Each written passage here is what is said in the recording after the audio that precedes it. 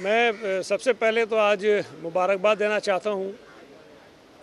हमारे जो दो कैंडिडेट्स कल बड़ी भारी अक्सरियत से जीते हैं ज़िमनी इलेक्शंस में, सांगड़ से जाम शब्बीर और कराची में मलीर की सीट से यूसुफ बलोच को।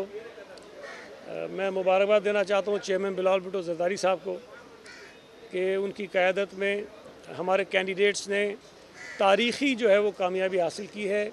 सांगड़ में पीटीआई को 42,000 के मार्जिन से हमारे कैंडिडेट ने शिकस्त दी और कराची की सीट पर पीटीआई के कैंडिडेट को 19,000 वोटों की भारी अक्सरियत से हमारे कैंडिडेट ने हराया।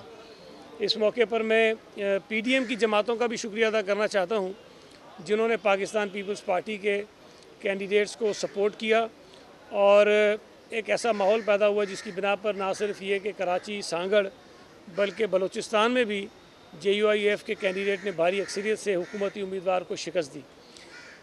इन अगर नताइज को हम गौर से देखें तो इससे एक बात बड़ी वाज़ेह है कि पीटीआई जब 2018 के इंतखाबात लड़ी थी तो उनको वोट ज़्यादा मिले थे और आज 2-2.5 बरस के बाद जब ज़िमनी इलेक्शन हुए हैं तो पीटीआई के वोटों में एक बहुत बड़ी कमी नज़र आ रही है। इसकी वजह पीटीआई की वफाकी हुकूमत की नालायकी और नाअहली है। उसकी वजह इस मुल्क में तबाहकुन महंगाई है जिसने पाकिस्तानी शहरियों की ज़िंदगी अजीरन कर दी है। उसकी वजह यकीनन जो आटे की कीमतों में इजाफ़ा हो रहा है, जो चीनी की कीमतों में इजाफ़ा हो रहा है, जो दवाओं की कीमतों में इजाफ़ा हुआ है, जो पेट्रोल और डीज़ल की कीमतों में इजाफ़ा हो रहा है, उसकी वजह से लोग अपनी ज़िंदगी नहीं गुज़र पा रहे हैं, 2 वक्त का खाना सुकून से नहीं खा पा रहे हैं, बेरोज़गारी बढ़ती जा रही है। तो जो लोग पीटीआई को पता नहीं एक उम्मीद समझकर वोट दे रहे थे 2018 में, आज उन्होंने कान पकड़ लिए हैं और पीटीआई से वो तौबा कर रहे हैं और पीपल्स पार्टी की तरफ वो रुजू कर रहे हैं, पीडीएम की जमातों की तरफ रुजू कर रहे हैं और उनको वोट दे रहे हैं। तो मैं समझता हूँ कि यही वजह है जिसकी बिना पर पीटीआई को ये परेशानी है कि सेनेट के इलेक्शन में अगर खुफिया राय शुमारी हुई जो आइन और कानून के मुताबिक होनी है तो इनके जो मेंबर्स हैं कौमी असम्बली के और सूबाई असम्बली के, वो इनको वोट नहीं करेंगे। इसलिए वो पागलपन की हद तक कोशिश कर रहे हैं, जुस्तजू कर रहे हैं कि किसी तरह सेनेट के इलेक्शंस जो हैं वो खुफिया राय शुमारी के ज़रिए ना हो बल्कि ओपन हो, ताकि किसी तरह उनकी सीटें जो हैं वो बच सकें।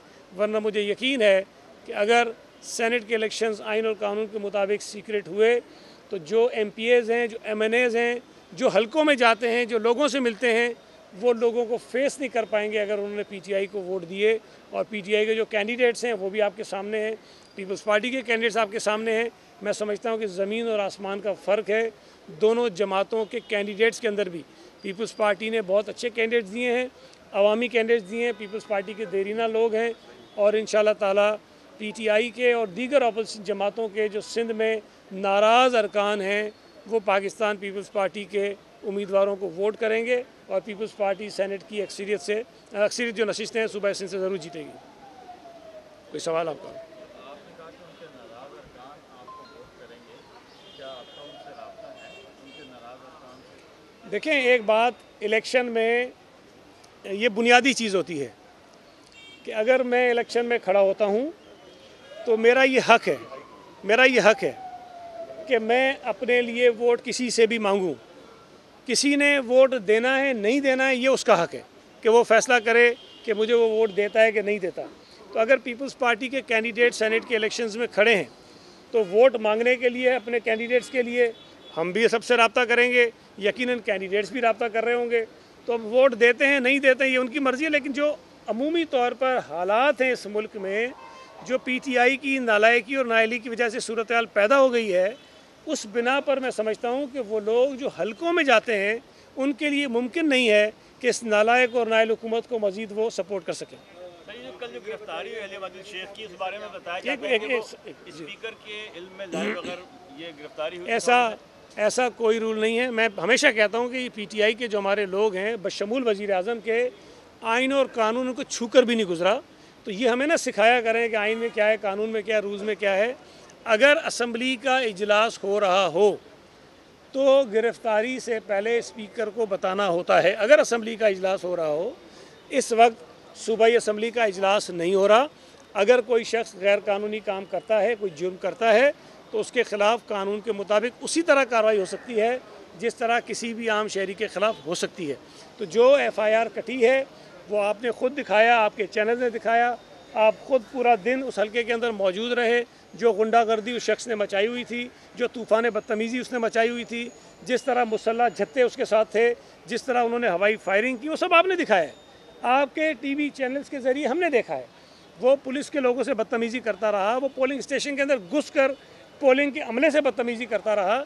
अगर इन तमाम चीज़ों पर कानून के मुताबिक कोई कार्रवाई हुई है तो अब इनके लोग ये आड़ तो ना लेना कि जी स्पीकर से नहीं पूछा। और मैं आपको बता रहा हूँ, PTI के बहुत ज़िम्मेदार लोग बहुत खुश हैं। उन्होंने हमें ख़ुद फ़ोन किए हैं, मैसेजेस किए हैं। उन्होंने कहा कि ये शख्स है फसादी है, ये फितना है, ये जहाँ जाता है वहाँ गंद करता है, हमारी भी इज़्ज़त ख़राब करता है। लिहाजा अगर उसने कानून के ख़िलाफ़ कोई काम किया है तो कानून के मुताबिक कार्रवाई उसके खिलाफ होनी चाहिए। PTI के अपने लोग बड़े खुश हैं।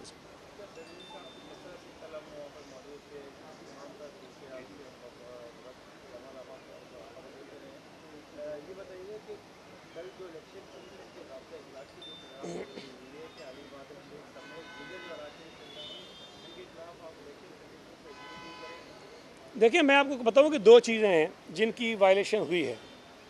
एक तो इलेक्शन कमीशन का एक कोड ऑफ कंडक्ट है जिससे मैं इत्तफाक नहीं करता हूं, मैं समझता हूं वो गलत है। उसमें यह है कि कोई मुंतखब रुकन असम्बली उस हल्के में नहीं जा सकता जहां पे इलेक्शन हो रहे हों।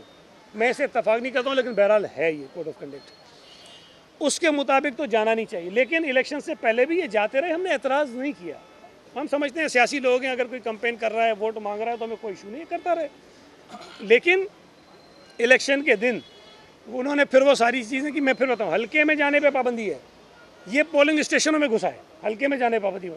और इलेक्शन कमीशन का इलेक्शन के दिन का जो कोड ऑफ कंडक्ट होता है उसमें तो ये है कि कोई शख्स जो इवन जिसके ऊपर इलेक्शन कमीशन का वो कोड ऑफ कंडक्ट नहीं लगता, जिसके मुताबिक किसी मुंतखब असम्बली के जाने पे पाबंदी हो, कोई आम आदमी भी जिसके पास लाइसेंस याफ्ता हथियार हो, वो उसकी नुमाइश नहीं कर सकता। जिसकी मेरे पास अगर अपना वेपन है और मैं एक आम वोटर हूँ, आम आदमी हूँ, तो जहाँ इलेक्शन हो रही हो मुझ पे ये पाबंदी है कि मैं असलहे की नुमाइश नहीं कर सकता। ये शख्स ना सिर्फ बतौर मुंतखब रुकन सूबाई असम्बली इस पर पाबंदी थी कोड ऑफ कंडक्ट की कि ये नहीं जा सकता हल्के में, ये गया, इसने मुसल्लह झत्ते अपने साथ रखे, आपके पास वीडियोस मौजूद हैं, आपने देखी हैं, चलाई हैं चैनल्स पर। ये लेकर गया, ना सिर्फ लेकर गया बल्कि उसके झत्ते ने फायरिंग्स की हैं। और अभी मेरे पास कंफर्म नहीं है, लेकिन ये इत्तलात भी हमारे पास हैं कि जो लोग इसके साथ फिर रहे थे वो ऐसे अफराद भी हैं जिनके ऊपर कई FIRs हैं, कई FIRs, एक नहीं कई FIRs हैं। हम वो भी जैसी तफसील आती है हम आपसे ज़रूर शेयर करेंगे। तो ये तो किसी सूरत मुमकिन नहीं है कि आप कानून को बिल्कुल एक तरफ फेंकें और गुंडागर्दी करें, बदमाशी करें। और एक चीज़ और नोट करें आप, जहाँ जहाँ ज़िमनी इलेक्शंस हुए हैं और जहाँ जहाँ हलीम आदिल गया है वहाँ फसाद हुआ है। कल तो ये इत्तेफाक से 2 जगहों पे था तो दोनों जगहों पे जा नहीं सकता था। सांगड़ में नहीं था हलीम आदिल से, कुछ भी नहीं हुआ।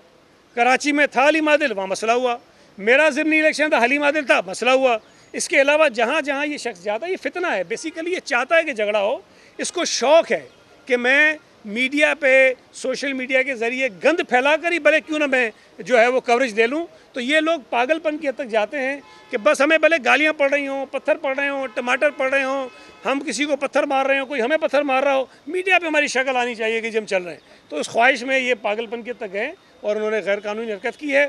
इलेक्शन कमीशन का अपना जो ऑर्डर है, जो इन्होंने हलीम आदिल के मुतालिक निकाला, उसमें लिखा हुआ है कि हलीम आदिल शेख मुसल्लह लोगों के साथ ना सिर्फ हल्के में फिर रहा है बल्कि पोलिंग स्टेशन के अंदर जा रहा है। तो इलेक्शन कमीशन ने इस बात को तस्लीम किया कि वो हुआ। मैं तो मुतालबा कल से कर रहा हूँ कि इलेक्शन कमीशन को खुद FIR कटवानी चाहिए हलीम आदिल के ख़िलाफ़ कि उसने ऐसी सरगर्मियाँ की जिससे उसने दहशत फैलाई, जिसने उसने हरासा किया ना सिर्फ वोटर को बल्कि इलेक्शन के अमले को भी हरासा किया है। तो ये इलेक्शन कमीशन की भी जिम्मेदारी है कि अपने ऑर्डर के मुताबिक उसके खिलाफ FIR कटवाएं। फैसल वावडा के कागजात नामजदगी के हवाले से भी कुछ कहेगा? अमूमी तौर पर जो सेनेट इंतखाबात होते हैं उसमें उम्मीदवारों के कागजात की पब्लिक के सामने इसी जगह पर पंडाल में होती है।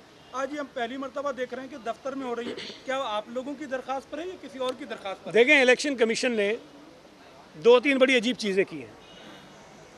ये भी पहली मरतबा हुआ कि शेड्यूल अनाउंस होने से पहले नॉमिनेशन पेपर देना शुरू कर दिए, और फिर शेड्यूल अनाउंस किया और फिर 2 दिन दिए नॉमिनेशन के लिए, फिर चले एक्सटेंड कर दी बाद में। यहाँ पे ये कैंप जो तंबू लगा हुआ है हमारे बैठने के लिए नहीं है, ये इलेक्शन कमीशन के अमले के बैठने के लिए था कि यहाँ पर नॉमिनेशन पेपर फाइल होंगे और फिर यहाँ पर स्क्रूटनी होगी। सारा अमल जो है वो यहाँ होगा ताकि लोग भी बैठे हों, कैंडिडेट्स भी बैठे हों, प्रपोजल सेकेंडर भी बैठे हों। अगर किसी को एतराज़ है तो वह एतराज़ कुनंदा भी बैठा हो, मीडिया भी मौजूद हो, हर चीज़ मीडिया के सामने हो। कोई सीक्रेसी की बात इसमें है नहीं कानूनन। लेकिन जब फैसल वावडा साहब नॉमिनेशन फ़ाइल करवाने आए तो जो हमारे नॉमिनेशन पेपर फाइल हुए थे पहले दिन, वो सबके सामने हुए, आप मौजूद थे। फैसल वावडा की गालिबन ख्वाहिश के मुताबिक उनके नॉमिनेशन पेपर्स भी अंदर ऑफिस में लिए गए, और मैं ये समझता हूँ हमें कोई परेशानी नहीं थी। हमारे जो कैंडिडेट्स थे उनकी स्क्रूटनी यहाँ होनी चाहिए थी, हमें कोई एतराज़ नहीं था, मीडिया भी मौजूद होती, सब लोग मौजूद होते। लेकिन शायद फैसल वावडा साहब इतने नाजुक मिजाज के आदमी हैं कि वो ये चाहते नहीं हैं कि उनसे कोई सवाल जवाब जो इलेक्शन का अमला है वो लोगों के सामने करे। उन्हीं की फरमाइश पर शायद ये बंद कमरे में स्क्रूटनी हो रही है जो नहीं होनी चाहिए थी। लेकिन बहरहाल चूँकि इलेक्शन कमीशन है, बाइख्तियार है, हम कहेंगे तो फिर हम पे इल्ज़ाम आता है। लेकिन ये होना नहीं चाहिए, ये मैसेज जाना नहीं चाहिए कि किसी कैंडिडेट को, किसी जमात को इलेक्शन कमीशन सपोर्ट कर रहा है। कल भी जो कुछ होता रहा बलीर के हलके में, हम सुबह से शोर कर रहे थे, हम सुबह से कह रहे थे कि गलत हो रहा है, लेकिन इलेक्शन कमीशन ने उस वक्त तक कुछ नहीं किया जब तक फायरिंग की वीडियोज़ जो हैं वो मीडिया पे नहीं चली, उसके बाद वो ऑर्डर आया। तो मैं ये समझता हूँ कि इलेक्शन कमीशन के दिल में अगर PTI के लोगों के लिए हमदर्दी है भी तो कम से कम उसका इस तरह खुलकर इजहार ना करें, वो अपनी क्रेडिबिलिटी को जो है वो दाव पर ना लगाएं।